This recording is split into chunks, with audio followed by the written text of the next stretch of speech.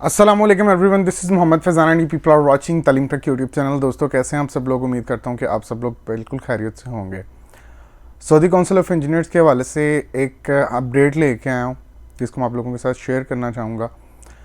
हमने पिछले 3 माह से ये सिलसिला स्टार्ट किया था सऊदी काउंसिल ऑफ इंजीनियर्स के हवाले से एजुकेशन जो लोगों को दी हमने, और जो अपडेट्स थी शेयर की, एक्सपीरियंसेस स्पेशली ये लोगों के साथ शेयर किए, उनकी ही बुनियाद पे मैंने कुछ वीडियोस भी बनाई थी लास्टली, और लोगों को अल्हम्दुलिल्लाह काफ़ी ज़्यादा उससे फ़ायदा भी पहुंचा है और आप लोगों ने काफ़ी पज़ीराई भी की, उसके लिए बहुत बहुत शुक्रिया। अब जो बात है वो एक ऐसे समझ लें कि सेकंड फेज़ में दाखिल हो चुकी है। हम फर्स्ट फेज़ में बात कर रहे थे सऊदी काउंसिल ऑफ इंजीनियर्स के हवाले से, अभी जो बात है वो सेकंड फेज़ में दाखिल हो गई है। कुछ लोगों के अकाउंट सस्पेंड होना शुरू हो गए हैं। अब वो लोग जिन लोगों की मेंबरशिप्स ऑलमोस्ट 5 माह से रिन्यू हुई और फिर वो ट्रांसपोर्टेशन और ट्रांसफ़र इस्तेक़दाम लेटर के ही जगह पे पड़ी हुई थी, उसके बाद अब उनके मेंबरशिप्स को सस्पेंड करना शुरू कर दिया है। रीज़न्स क्या हैं? क्या उन लोगों ने फेक डॉक्यूमेंट्स अपलोड किए हैं? Might be. क्या इन लोगों के जो डॉक्यूमेंट सबमिट हुए हैं उनकी वेरिफिकेशन में कोई इशू आया है? Might be.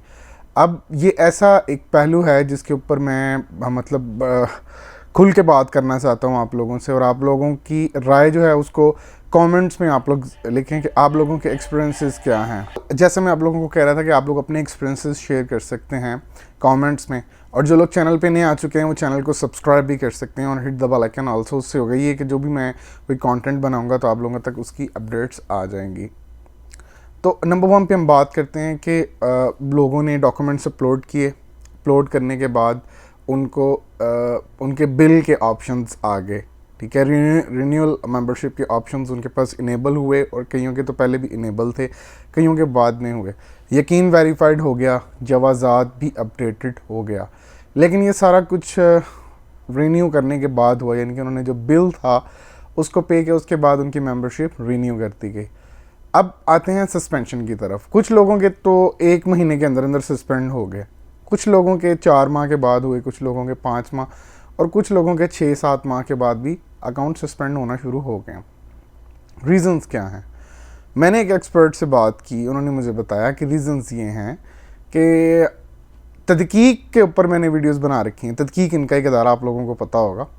वो लोग जो थे फॉल बैक कर रहे थे और वो उन इंस्टीट्यूट्स को पूछ रहे थे थ्रू मैसेजेस, थ्रू ईमेल्स और वट एवर द सोर्सेज।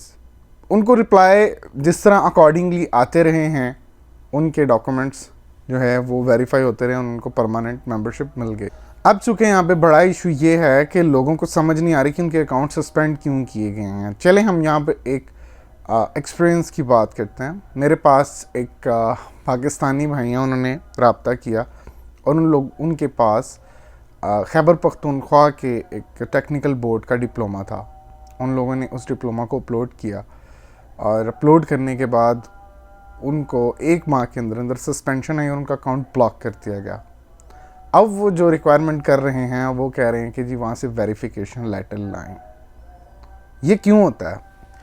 दरअसल मैंने आपको इसकी पहले भी वजूहात बताई थी कि ये इस सूरत में होता है कि जब आप कोई फेक डॉक्यूमेंट अपलोड करें, या आप कोई ऐसा डॉक्यूमेंट अपलोड करते हैं कि जिसकी वेरिफिकेशन में उनको प्रॉब्लम्स आएँ, या वेरिफिकेशन करने वाले इदारे को आपके कंसर्न कॉलेज, यूनिवर्सिटी, इंस्टीट्यूट से कोई ऐसा रिप्लाई आ जाए जो फ्रॉडरी के ज़िम्मे में आता है। जो लोग फ्रॉडरी को नहीं जानते हैं तो मैं आपको बता दूं कि जो लोग फेक डिप्लोमास अपलोड करते हैं, इस टर्म को फ्रॉडरी कहा जाता है। अच्छा, अब इस मामले में कैसे हमें निपटना है और इससे कैसे, इस मुश्किल से कैसे हल निकालना है, इस मुश्किल से कैसे आज़ाद होना है, इसका क्या हल है?